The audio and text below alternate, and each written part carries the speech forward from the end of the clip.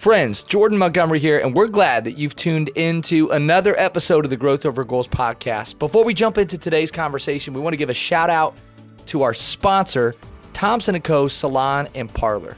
Thompson & Co. Salon and Parlor is a family-owned, stylist-owned community salon that fits the needs for all types of families. Located in downtown Iowa City and now a second location in Coralville, North Liberty area, TCO specializes in all things hair. In fact, that's where I've been getting my hair done for the last 7 years. TCO specializes in hair cutting, razor cutting, the most modern color techniques, and high-end hair extensions. As one of Iowa's only intercoiffure salons and Salon Today's top 200 salons in the U.S., TCO looks forward to being the salon of choice for you and those you love. Be sure to call or book on their website today at thompsonandcosalon.com. Thank you, TCO, for all you do for us and our community. Welcome back to the Growth Over Goals podcast. I'm your host, Jordan Montgomery. You know, I was just thinking it is more fun and meaningful to interview good friends.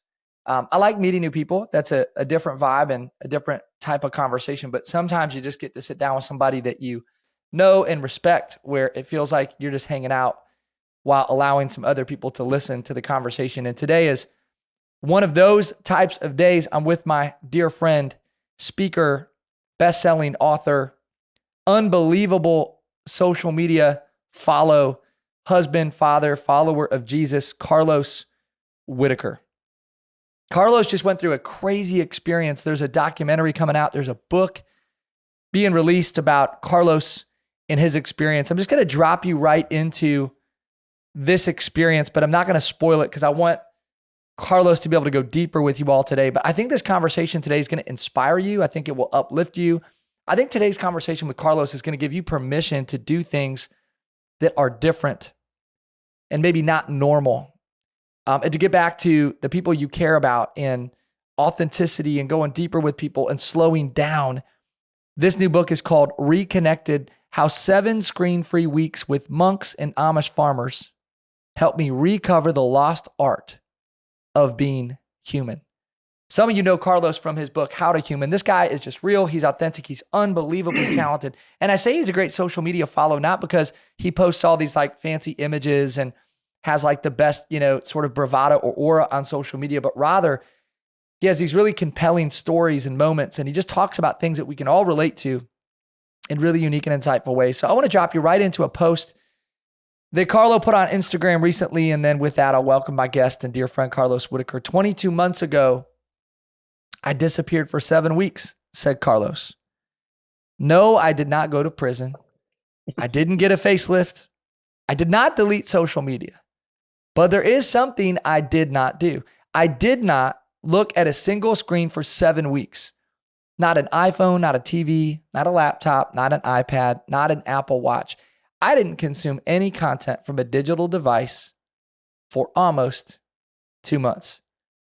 Carlos Whitaker, you had one of the most unique experiences, bro. So honored to be able to share this conversation with you today. And I'm excited for our audience to get to hear about your experiences. You wrote the book Reconnected as a result. There's a documentary coming out about your journey and your story.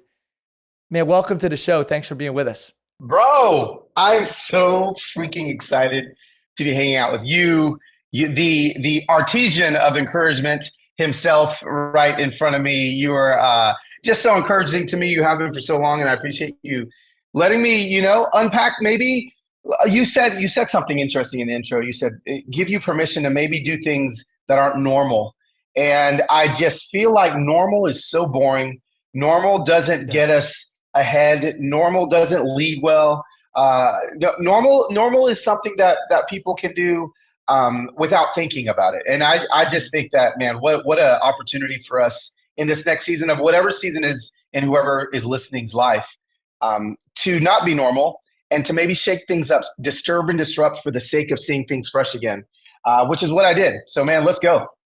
So let's talk, because we were just talking offline about how you come up with these sort of ideas. And I think, I asked you, hey, do you feel like God just puts this on your heart, Carlos? So how do you come up with these crazy ideas to do these, different things that are not, by most people's standards, normal? So tell us about how you came up with this idea to go spend time with the Amish and just sort of disconnect from the world around Yeah. you. Yeah, absolutely, man. Like I let people know from Jump Street that my worldview, my perspective, what I believe in is I'm a follower of Christ. I'm a follower of the way Jesus lived. And one of the things he asks us to do is to continue in conversation with him, to continue asking him questions, and he will give us answers. And so a lot of times I ask Holy Spirit in the morning. That sometimes that can be a weird word for some people, but I just ask God, hey God, like, what do you have for me today? Where would you have me go? And I'll never forget one morning I was asking that question, and not 10 seconds after I was kind of in my quiet time asking God, what would you have? Well, I think I was trying to figure out where he wanted me to read that morning. I got if you guys remember, on Sunday mornings, whether you have an Android phone or an iPhone, Sundays, you always get this horrible notification that pops up on your phone that says, your screen time this week has averaged. And so literally, as I ask God that question, I get the notification that says I was averaging over 7 hours a day on my phone, which, Jordan, I'll tell you really quickly. Obviously, like, I do Instagram for a living. I'm a content creator. I do these things. So obviously, like, I didn't bat an eye to it. I was like, well, this is my job. Of course, I'm going to spend a lot of time. But instead of making an excuse, I started to do the math. I just felt this prompting to do the math. And that math equaled 49 hours a week. So that's 2 entire cycles of the sun, sleeping and being awake, that I spend staring at 8 inches of LCD screen. Then I kept doing the math. That's 3 months a year. 3 months a year Wow. that I spend looking at my phone. And then I kept doing the math. And the math said that if I live into my late 80s, which hopefully I'll get into the 90s, right? Like I will spend, if I continue at this pace, over 10 years of my life looking at a phone screen. And so that was shocking to me. So what would happen if I did something that I'm not quite sure I know anybody that has ever done this? Lots of books have been written about the negative impacts of phone screens. Lots of books have been, but I was like, I haven't found anybody that's actually done it. So what if I just don't look at a single screen for 7 weeks, and I get my brain scanned before and I get my brain scanned after by a neuroscientist? What would I discover? And so that's kind of where the beginning of this idea went. So I ended up spending 2 weeks entirely screen-free at a Benedictine monastery with 20 Benedictine monks with 23 hours a day of silence. And then after those 2 weeks, I moved to Amish country, Ohio, and I lived with the Miller family. They're a sheep farming family in Mount Hope, Ohio, and I lived with them for 2 weeks with no screens. Then I moved back home to Nashville with my family for 3 weeks with no screens, and then I got my brain rescanned at the end. And can I tell you what the Lord showed me, and what I honestly feel like we have forgotten how to be human. I was reminded very quickly of all these beautiful things that we're missing out on, that the book is nothing but more than just a reminder to us on how to get back to that beautiful place. So many questions. The first question I have that maybe some other people have is like, okay, so you feel like, hey, God said, I want you to do this. This is something that you felt called to do. Yeah. You had to, I'm assuming, have a conversation with your family, right? Yeah. So our audience knows you're happily married. You have a beautiful family. Like, so what was that conversation like when you're like, hey, I'm gonna have to peace out and go spend time with monks and Amish people for a bit? How did that go? Yeah. So I mean, at the time, this was really 2 years ago. This week, I moved in with the Amish, and so I'm actually recording this from Amish country. I came up here to visit my Amish family, my wife, well, actually, they were so excited. To be honest with you, they were so excited because for the first time ever, really in my kids' lives, they were going to have an opportunity to have a father that was fully present in a way that he had not been present before. For the first time in 15 years of marriage, my wife was going to have the opportunity to have a husband that was fully present and not present with hundreds of thousands of people on his screen. So when I tell you that they were not only like, yes, do this, but they were excited about what the potential impact of into their lives. Because here's the thing, like when we choose to live on purpose like this, it doesn't just affect us, it affects everyone around us. And sometimes it takes a little bit of sacrifice in order for that payoff to come, right? And so they got the payoff in the end. Things aren't perfect, of course. Like I'm back on my phone. Actually, you'll realize pretty quickly if you watch the documentary or read the book that this book isn't about throw the phones away. This book isn't about burn the phones. It's just how do we get back on the other side of the screens and start living on purpose. And so anyway, my wife was pumped. She was kicking me out of the house as fast as possible to go live with these monks in the Amish, so that she could get back what she calls Amish Carlos. She's like, man, I love Amish Carlos. This is the version I've been looking for my whole life. Man, this is so good. So interesting. So you come back, you and I have had a conversation. So I know the answer to this question, but I want our audience to hear it. What were some of the revelations? What was some of the learning? You came back a changed person. Talk to us about what you learned. I mean, man, it just is. You're right. I wish we had 10 hours, to unpack these things. But I would say like with the one thing that I learned with my time with the monks, right? So like when I'm with the monks, you got to imagine 23 hours a day of silence. I go from 7 hours a day on my phone to no screens at all. Like the first 3 days were absolutely horrible. It was I was like night sweats and panic attacks, and I'm just like coming off of this drug. And actually the drug that I realized I was coming off of is the drug of knowledge. Like we're actually right now, we're addicted to knowledge, and we think and we feel that the more we know, the more in control we are. And so what happened to me very quickly was I no longer had knowledge of where my kids were. I couldn't track them on Life 360. I didn't know what was happening in the world. I didn't know, like all of a sudden I didn't know anything. And I was like, wow, if this is what happens when I lose the ability to know, then maybe I know too much. And that's a question that I think a lot of us need to start asking ourselves is, were we created with the capacity to consume the amount of content and know what we know? But I believe after my solo experiment, which wasn't a medical experiment, it wasn't a scientific experiment, it was just me. I'm lab rat one. It was just one of me, right?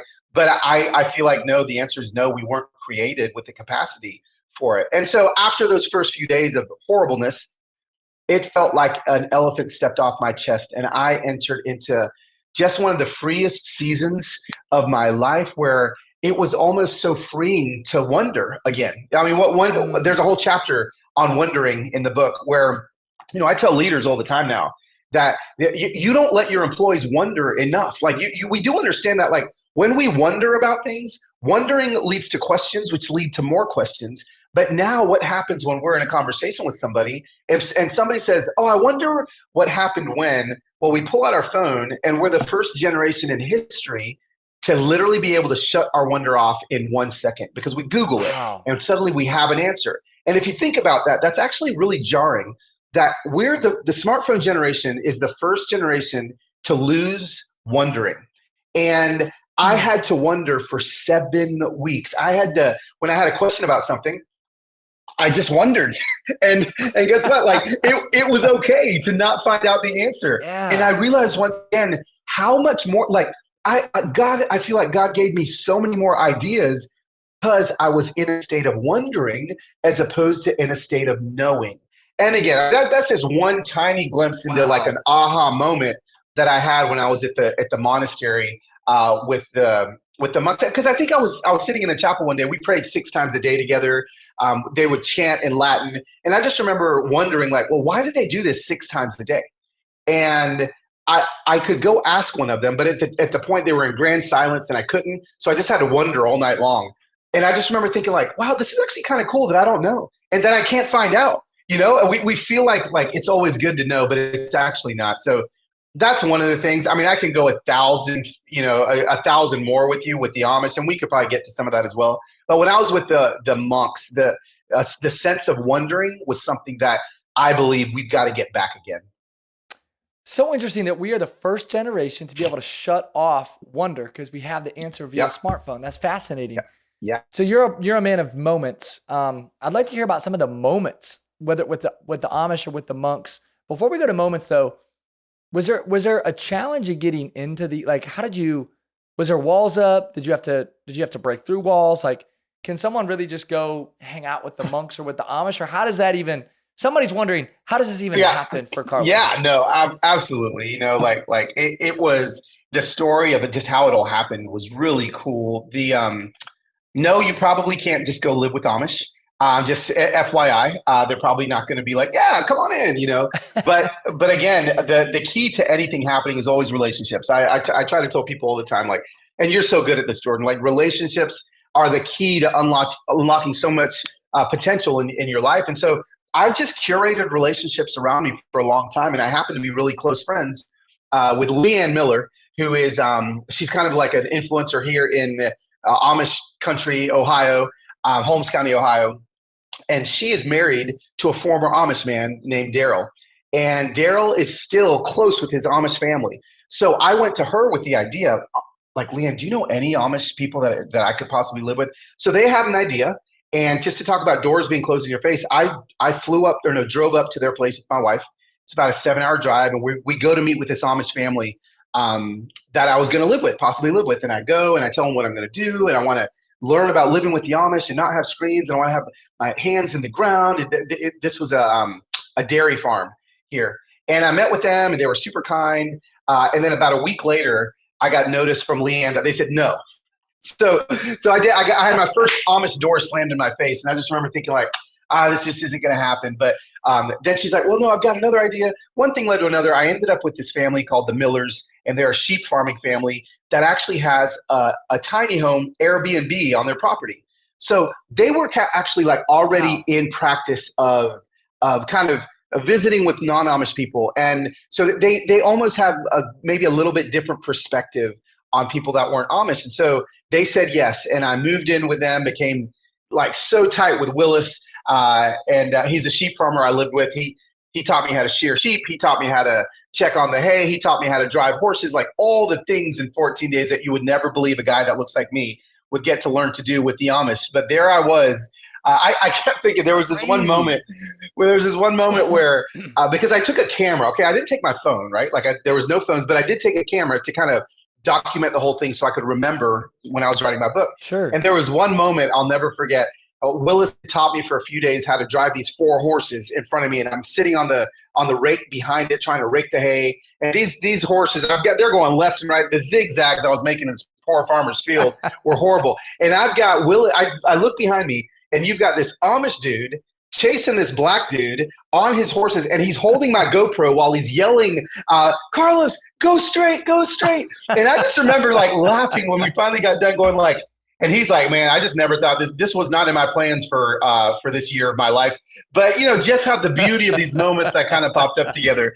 So anyway, like it was relationships that got me into all of these places. And I'm just so grateful for everything I learned and all the moments I had. That's amazing, bro. Hey, it's not often you can make our producer, John, laugh. I'm looking at John over here. He's cracking up, man. That's just great imagery of a moment with the Amish, man. And then what about the monks? Was there another relationship, I assume? Absolutely. So my wife, her father passed away when she was 16, but he was like a high capacity volunteer at this monastery. So he lived in LA and was Catholic and would go up to this monastery all the time. So her father's actually buried at this monastery. And so when Heather was a little girl, she used to go like run around the grounds of this monastery, and all the old monks like literally remember little Heather from running around, you know, the chapel and all the grounds. And so she got a hold of the former Abbot Francis. And I'd met him numerous times as we've been together through the years. But she said, hey, my husband wants to come live with monks. I know that people normally only come for 2 days because they allow people to come to retreats at the monastery for 2 days. But can he spend 2 weeks? So they kind of had to take it up the ranks of the monks. And I don't know what all the monk conversation happened, but at the end, he called me back and he said, Carlos, we're going to welcome you into our lives. Wow. And I got to live with the monks, and I got to understand what moving at God's speed actually does to your soul, you know, and man, and, you know, so, and again, you know, Jordan, so many people are like, wow, like I dream of disconnecting for that long. Like, you know, it's a dream, you know, and it really was like the fact that I had the opportunity to disconnect. But every time someone said the word disconnect, I just kept thinking, but that's not actually what I did. Like I actually reconnected. Like I feel like I reconnected into who I was created to be. And the life lessons are, you know, the book has 20 of them, but I'm going to be talking about this until the day I go home, because I have thousands and thousands of lessons that I learned on things we need to reapply into our lives in order, I think, to be more fully awake. Well, I love the idea that it wasn't disconnected, it was reconnected. Yeah. And if we had time, you and I are actually going to hang out in Orlando. I have so many more Yes. questions for you that I won't be able to ask on the podcast. But for our listeners, if we could dig into one or two of your most profound learnings or lessons, like if you could pick one or two, what are the one or two that stand out to you where you go, hey, people need to really hear or know this? Yeah. I just, I mean, well, let's go to the Amish for a moment. And when I'm with them, every meal. So this was probably like day 3. And I just remember going to bed so exhausted, right? So like living with the monks was like living in a cave because I was silent for 23 hours a day. I didn't talk to anybody. Living with the Amish, it was like moving from a cave to Manhattan. Like these people go hard, right? They are just like, Yeah. and what they go the hardest doing is visiting. So they call it visiting. Oh, we're going to go visit with, Farmer Ed. We're going to go visit with, Deacon, whoever. So they visit. And the meals that we would have, there was not a single meal, breakfast, lunch, or dinner, that I had with the Amish that was less than 90 minutes. Okay, so I need everyone to know dinners were like 3 hours long, breakfasts were an hour and a half. And I started to think, and I had to wonder until I got home, like, well, I wonder what the average meal for an American is. Like, I wonder because Jordan, like we were able to. I mean, believe it or not, the Amish and I don't see eye to eye on a lot of things. And so, here I am sitting with the Amish, and we're talking about these deep worldviews, these ideas of who we are. And it was so safe to have these conversations because we're having them over a common love of food, and we're having them over long amounts of time, not with our thumbs on a phone screen. And we're able to have disagreements while loving each other and while maintaining relationships. So when I got home and I started researching for the book, 100 years ago, the average American meal was 75 minutes long. Okay, I need everyone to hear that. The average length of an American meal was 75 minutes. In 2023, the average length of an American meal is 12 minutes. And that is one thing that just blew my mind. We don't have meals together anymore. We just eat, right? And so what do we think we're nourishing ourselves, but we're actually not nourishing our souls. We're not nourishing our relationships. And we have lost the ability. I believe that one of the main reasons we're seeing no one has the ability anymore to disagree is because we've lost mealtime. And again, so like I, as I talk to leaders, as I talk to people that are running organizations with people, it's like, hey, listen, like give your employees more time to just sit and be with each other, to just sit and have these conversations with each other. If you're having problems with your kids, you know what's going to be awkward? I want you to be like, hey, we're going to have 30 minutes of a meal today. We're going to have a 30-minute long meal. They're going to look at you like that's the longest amount of time ever. It's going to be awkward. They're going to be sitting there. No one's going to have a phone. What are we going to talk about? But let me tell you something. After the awkwardness, someone is going to say something that's going to bring something up, and a conversation is going to be had that you never would have had. So, that's one of the things that I realized with the with the Amish is just the sense of community, the sense of belonging, all of those things that they would invite a guy like me into their community. Something else that we don't do anymore is here's another thing that I think as humans, we were created to find our way. But you know what we don't do anymore? We don't get lost. There's not a single person listening to this podcast, because we have these phones, that gets lost anymore. And the amount of times I got lost on my little e-bike with my Amish hat riding through Amish country because Willis would tell me, hey, I need you to go to the feed store to pick something up, pick a part up for the tractor, and I need you to bring it back in the little back of your cart behind your e-bike. And I was like, well, where's the feed store? He's like, okay, you're going to go down the road, then you're going to take a ride at the stop sign, then you go here and there. Bro, it was supposed to be a 20-minute ride. It took me 2.5 hours why? Because I got lost. But you know what happened when I got lost? I met Farmer Joe. I met Diane. I met all of these Amish people standing in their driveway looking at this guy coming by going, hey, do you know where the feed? And then we start talking. Next thing you know, I'm playing soccer with their kids in the front yard. And then I made all these relationships, and I finally get there, and I finally come back. And I had this incredible experience. Why? Because I got lost and I found my way back. We no longer have the ability to find our way, not only with directions, but in anything else, because we have answers so easily accessible to us. Why don't we get lost a little bit more? Why don't we say, I don't know, a little bit more, and actually have to find our way, stumble our way back to where it is we need to go, bro. Again, those are just two things out of the Wow. million things that I feel like I had revelations that. So you know what I try to not do anymore is put directions in on my phone. Even yesterday when we left here, we went to go visit my Amish friends. We're in the truck.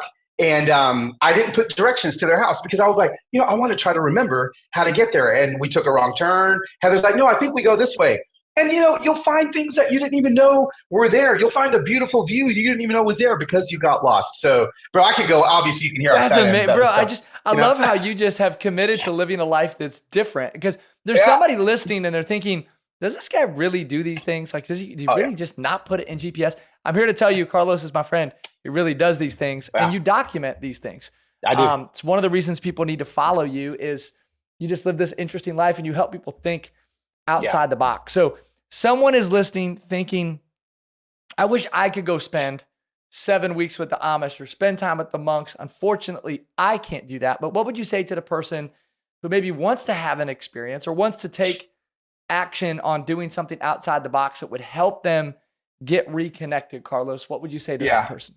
Yeah, I mean, come on. Like, first of all, you don't have to. I did it for you. Okay, so take that off your shoulders. Like, you've got a friend in Carlos that lived with monks and lived with the Amish. So I think I may say that in the first chapter of my book. Like, hey, great, you don't have to do this because I did it. Now just take heed in what I'm saying. Yeah, come on. But the second thing I'm going to tell people is, there are small, tiny things that everybody can do. I've got tons of them in the book, but some simple things. You don't even have to buy the book. Let me just tell you right now, like we're too connected, right? We're too connected in to information. So like instead of plugging your phone in next to your bed and using that as an alarm clock, why don't you just go buy an alarm clock, order one off Amazon, plug your phone in the kitchen. And guess what that means? That means you're not going to go to sleep looking at a screen and you're not going to wake up looking at notifications. Your alarm clock is not going to have 20 things on it telling you all these emails that you've missed. It's just simply going to wake you up, right? So like do things like that. Like what are small things you can do, handlebars you can place in your life?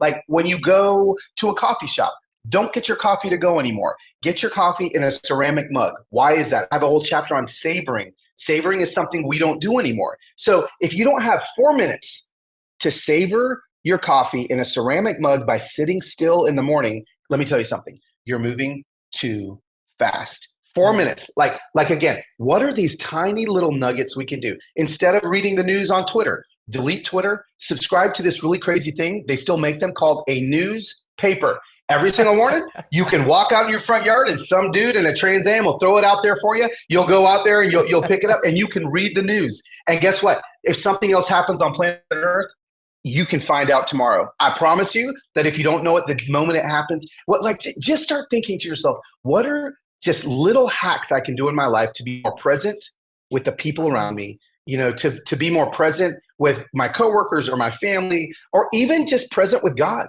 Like a lot of people are like, Carlos, I can't hear the voice of God anymore. Like I've tried my hardest. First thing I ask is, well, let's look at your screen time. How many podcasts are you listening to versus how much time are you spending in the Word, right? So there's all these things that we can literally do right now to get reconnected again. And bro, you are the perfect person to write this book because you are so connected and people see you out there making moves and working on projects and doing so many crazy things. And yet here you are saying, man, make time, make space to hear from the Lord, to make time for family, to get back to the person you were made to be, what God created you for. And it's such a wholesome message, man. Like when you share this, the word I would use to describe you to another person is soulful. Yeah. I'm just so proud of you that you have slowed down to really think about how God is using you, your gifts, your talents, your treasure. I also want to speak this over you before we sign off because you mentioned relationships earlier.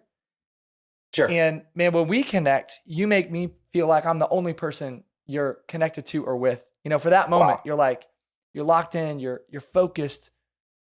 But man, one of the reasons you need to follow Carlos Whitaker, go read his content, read his book, pay attention to the way that he's operating. I honestly, I'm still something you and I need to talk about more. Like one day you're doing something and the next day you're in this crazy environment. Like I remember, we're friends and all of a sudden I see you on the stage in an arena with Brandon Lake and Phil Wickham. And they're two of the top worship leaders, Christian artists of all time. And here you are just speaking with a microphone and you're just addressing all these people. And I'm like, how does Carlos get into these spaces and places? But I think it's because, man, I think you are authentic and engaging and you're real and you add value to people. I think you are a masterful relationship builder.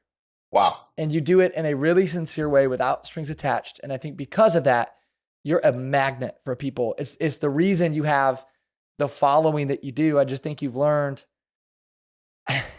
how to human, it's like you wrote a book about it. So man, I love being your friend. I'm learning from you all the time. The other thing I'm thinking as we're sitting here is you and I are about to speak together at this event in Orlando in a couple of days. And I'm thinking, my goodness, I'm so thankful that I'm speaking before you and not after you at this event. Man, before we sign off, I want people to know where they can go to get the book, anything else they should know about the book. And then we'll let you on your way because you have people to see and things to do in Amish country. Absolutely. Listen, again, really quick reminder that the phone is not the enemy. The problem is not the phone. I just need people to hear that over and over again. The more time you spend on the other side of the screen, spending time with people that you love, doing these things, reconnecting with your humanity, the less time you're going to pick up your phone. Okay. So there's no like hack on okay, Carlos is going to help me be off my phone. No, when you fall in love with living on the other side of it, you're going to pick it up less. That's that. But if you want to learn more about this, if you want to get more information, you can go to reconnectedbook.com. That's if you go there and you I don't know when this is coming out, but if you pre-order the book, you can get the first chapter. You can also get 10-minute sneak peek into the documentary that's coming out. But if you follow me on Instagram, that's where I spend most of my time. I spend a little bit of time on Twitter, a lot of time on Instagram. I tell people it's like Dr. Jekyll and Mr. Hyde. If you want happy Carlos, hang out with me on Instagram. If you want frustrated Carlos, hang out with me on Twitter. You'll get both sides of who I am. But those are the places you can hang out with me. And I do feel like this book legitimately is the best book I've ever written. And I also think it's going to help more people than any other book I've ever written. And so, I'd be honored if you checked it out. Well, bro, I love hanging out with you. And I don't care if we're podcasting or I'm following your content on social media or I'm with you live and in person. You are just such a blessing, such a joy, man. You've helped me think different about how I'm spending my time, who I'm spending it with, and life in general. Awesome. And man, it's just an honor to be your friend. Excited for Reconnected. Let's go. To change the world and impact the world in a great way. Man, thank you for being with us today. I appreciate you being here, man. Truly. You're welcome. Thank you for making the time. God bless you, bro. See you in Orlando in 2 days. Can't wait. 2 days. 1 day. God bless. 1 day. See you tomorrow night. This has been another episode of the Growth Over Goals podcast. I'm your host, Jordan Montgomery. Thank you for listening. Thanks for being here. If you found any value in this episode, I would love it if you would rate, review, subscribe to this podcast in an effort that we might move our mission of impact forward. I also want to say thank you to our producers, John Choate and James Roth of Storyline Multimedia, for all of the work that they do behind the scenes to make this podcast go. Be well, be great. Have a wonderful day.